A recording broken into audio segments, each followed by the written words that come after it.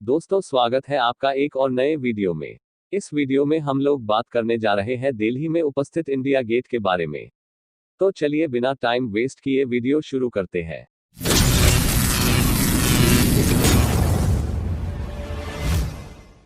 India gate मूल रूप से अखिल भारतीय युद्ध स्मारक कहा जाता है। नई दिल्ली के राजपथ पर स्थित 43 मीटर ऊंचा विशाल मीन्स है।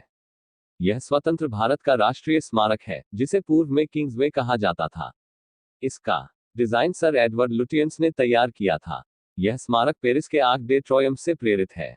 इसे सन 1931 में बनाया गया था। मूल रूप से अखिल भारतीय युद्ध स्मारक के रूप में जाने वाले इस स्मारक का निर्माण अंग्रेज शासकों द्वारा उन 90,000 भारतीय सैनिकों की स्मृति में किया गया था जो ब्रिटिश सेना में भर्ती होकर प्रथम विश्व युद्ध और अफगान युद्धों में शहीद हुए थे। यूनाइटेड किंगडम के कुछ सैनिकों और अधिकारियों सहित 13,300 सैनिकों के नाम गेट पर उत्कीर्ण हैं। लाल और पीले बलुआ पत्थरों से बना हुआ यह स्मारक दर्शनीय है। जब इंडिया गेट बनकर तैयार हुआ था तब इसके सामने जॉर्ज पंचम की एक मूर्ति लगी हुई थी, जिसे बाद में ब्रिटिश राज के समय की अन्य मूर्तियों के साथ कोरोनेशन पार्क में स्थापित कर दिया गया।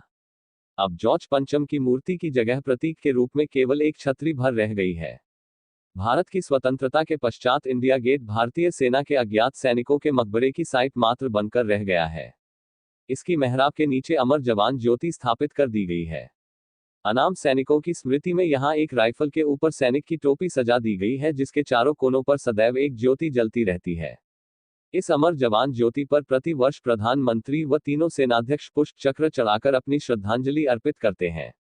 इंडिया गेट की दीवारों पर हजारों शहीद सैनिकों के नाम खुदे हैं और सबसे ऊपर अंग्रेजी में लिखा है, भारतीय सेनाओं के शहीदों के लिए, जो फ्रांस और फ्लैंडर्स, मेसोपोटामिया, फारस, पूर्वी अफ्रीका, गैलीपोली और निकट पूर्व एवं सुदूर पूर्व की अन्य जगहों पर शहीद हुए और उनकी पवित्र स्मृति में भी जिनके नाम दर्ज हैं, और जो तीसरे अफगान युद्ध में भारत में या उत्तर पश्चिमी सीमा पर मृतक हुए।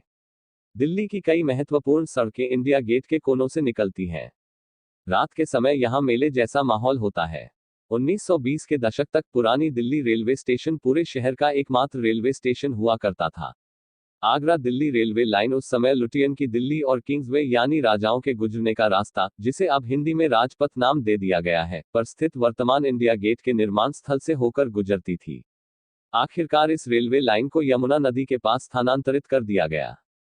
तदुपरांत सन 1924 में जब यह मार्ग प्रारंभ हुआ तब कहीं जाकर स्मारक स्थल का निर्माण शुरू हो सका। 42 मीटर ऊंचे इंडिया गेट से होकर कई महत्वपूर्ण मार्ग निकलते हैं।